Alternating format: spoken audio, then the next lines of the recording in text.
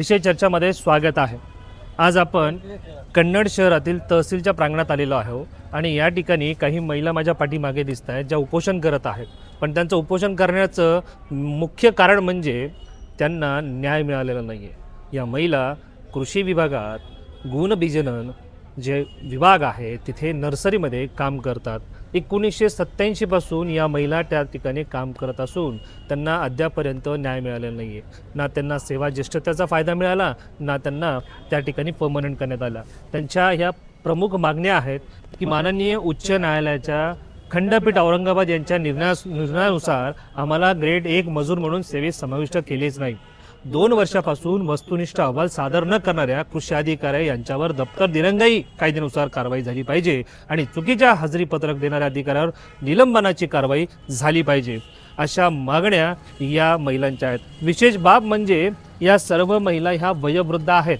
याच्यामध्ये कुणाला BP, sugar असे अनेक आजाराने ह्या ग्रस्त महिला आहेत आणि एवढं असून सुद्धा या महिला रोजंदारीने काम करत आहेत। खऱ्या अर्थाने कृषी मंत्री, कृषी विभाग अक्षरशः झोपेचं ढोंग घेतं काय अशी परिस्थिती या ठिकाणी निर्माण झालेली आहे। कन्नड तालुक्यात जर एवढी मोठी घटना घडते आणि याकडे जर प्रशासन कानाडोळा करत असेल तर यामध्ये खऱ्या अर्थाने प्रशासनच कुठेतरी याच्यात मिळवलेला आहे की काय असा प्रश्न उपस्थित होतो। आपण या महिलांकडनं जाणणार आहोत की आपण का उपोषणाला बसलात आणि काय त्यामागची भूमिका आहे। आम्ही कामाला होतो 88 पासून तर आजपर्यंत 87-88 असं कामाला होतो आम्ही। 7 रुपये रोज होता आम्हाला, कंटिन्यू कामाला होतो आम्ही। शनिवार रविवार सुद्धा काम घेत होते आमच्याकडून। ते आम्हाला आता त्यांना काढून दिलंय आम्हाला 60 वर्षाच्या वयमध्ये आम्हाला काहीच दिलं नाही। संघच्या बाया आमच्या परमनंट केल्या त्यांना आणि आम्हाला घरी काढून दिलंय। आता 2 महिला आहे त्यांना पण 1 तारखेपासून घरी बसवणार आहे ते। हे 2 आहे, गेंदाबाई सकुबाई, हे 2च आहे तिथं कामाला। आता त्यांना सुद्धा ते बोलताय की तुम्हाला 1 तारखेपासून घरी काढून देऊ।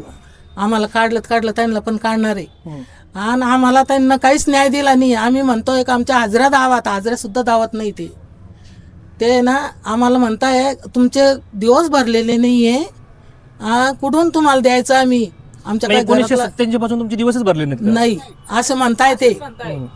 आम्ही 2दा त्यांच्याकडे गेलो मागायला, ते म्हणताय की तुमचे दिवस भरलेले नाहीत, आम्ही कुठून द्यायचं, आम्ही का घरातून द्यायचं का। 2 वर्षापासून त्यांना हाजऱ्या मागतोय आम्ही, आम्हाला ते देत नाहीये। अशी परिस्थिती या ठिकाणी आहे। म्हणजे प्रशासकीय कागदपत्रे सुद्धा या महिलांना भेटत नाहीत। आता तुम्हाला एक सांगावंसं वाटतं मला, यामध्ये एक महिला आहेत की त्यांचे 239.5 असे दिवस भरलेले आहेत। याहूनच आपल्याला कळते की ते प्रशासनच कुठेतरी घोळ करते की काय, की खऱ्या अर्थाने यामध्ये कोणाचा हस्तक्षेप आहे की काय असा प्रश्न आहे। या आहेत त्या महिला की ज्यांचे 239.5 असे हजेरी भरलेली आहे, बरोबर आहे का? बरोबर। किती दिवस भरलेले तुमचे? 240 दिवसाला त्याने अर्धा फारक लावला खडा। म्हणजे 239.5 हा, म्हणजे 240 पूर्ण होऊ दिले नाही। अशा प्रकारची परिस्थिती या कन्नड तालुक्यात होतीये। मग मला प्रश्न पडलाय आणि तुम्हालाही प्रश्न पडला असेल की प्रशासनावर कोणाचं वचक आहे का? जर खऱ्या अर्थाने जर ह्या वयोवृद्ध महिलांना उपोषणाला, आमरण उपोषणाला बसायची वेळ येत असेल तर खऱ्या अर्थाने या कन्नडला कोणीच वाली राहिला नाही असंच म्हणावं लागेल। माझ्या बघू शकता तुम्ही, ही आजी आहेत। आजी, तुमचं वय किती आहे? ते ऐकू येत नाही दादा, ऐकू येत नाही तुम्हाला? नाही। त्यांचे एक खाडा आहे, एकच खाडा आहे? एक खाडा 240 मध्ये एक खाडा। कधीपासून तुम्ही काम करता तिथं? आमच्या बरोबरच येते। 7 रुपये रोज. 7 रुपये रोजापासून। तर तुम्ही तिथं काम करताय? 1 वर्ष झालं काढून दिला। फक्त एकच दिवस कमी भरला तुमचा? एकाच दिवस नाही, एक रोज कमी। त्याच्या बरोबर परमनंट केल्या आणि त्याला काढून दिलं म्हणजे मग सांगत होतो। आणि त्या न्यायालयात आम्ही बी न्यायालयात होतो ना, मग अर्धा 2 न्यायालय का त्याचा इन्साफ झाला ना आमचा, का बरं नाही झाला आमच्यावर अन्याय केला पाहिजे। आमच्यावर काय अन्याय केला? या उपोषणास्थळी महाराष्ट्र नवनिर्माण सेनेने सुद्धा आक्रमक भूमिका घेतलेली आहे आणि महाराष्ट्र नवनिर्माण सेना आता रस्त्यावर उतरायच्या तयारीत आहे, कारण हा प्रश्न खरंच गंभीर आहे। आपण जाणून घेऊयात तालुका अध्यक्ष महाराष्ट्र नवनिर्माण सेना अनिल शेळके पाटील यांच्याकडनं, ते सुद्धा आहेत। काय म्हणणं आहे पाटील तुमचं ह्या उपोषणासंदर्भात? आज तहसील कार्यालय येथे काही वयोवृद्ध महिला 8-10 महिला उपोषणाला बसलेल्या आहे। तर ते आम्हाला कळलं का बा त्यांनी रोपवाटिका ह्या याच्यामध्ये काम केलेलं आहे 1987 पासून तर आतापर्यंत तिकडे कामाला आहे त्या.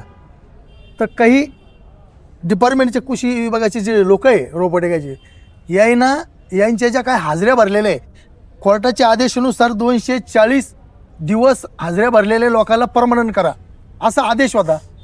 तर त्याचमध्ये ह्या महिला बसताय त्याच्यात, परंतु काही अधिकाऱ्यांना हेतू पुरस्कार यांना डावलून काही महिलांना परमनंट केलं आणि यांना परमनंट केलेलं नाही.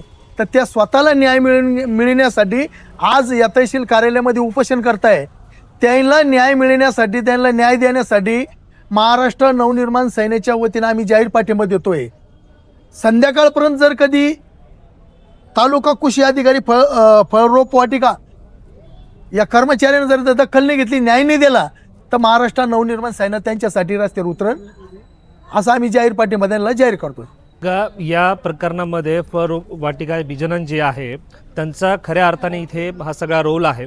आणि आता जसं तुम्ही ऐकलं की महिलांनी सुद्धा सांगितलं की आमच्यासोबत काम करणाऱ्या महिला ह्या सेवेत कायम होतात आणि आम्ही सेवेत कायम का होत नाही. म्हणजे खऱ्या अर्थाने हा प्रश्न आहे की जर माझ्यासोबत काम करणारा व्यक्ती सेवेत जातोय आणि मी सेवेच्या बाहेर जातोय तर असं होतं का, तर हो असं होतं. आणि ते होतं कन्नडच्या फळरोपवाटिका बिजन केंद्रामध्ये, कन्नडच्या कृषी विभागामध्ये. म्हणजे एवढ्या मोठ्या प्रमाणात हा घोटाळा आहे आणि आता शासन काय भूमिका घेतं हे बघणं गरजेचं आहे.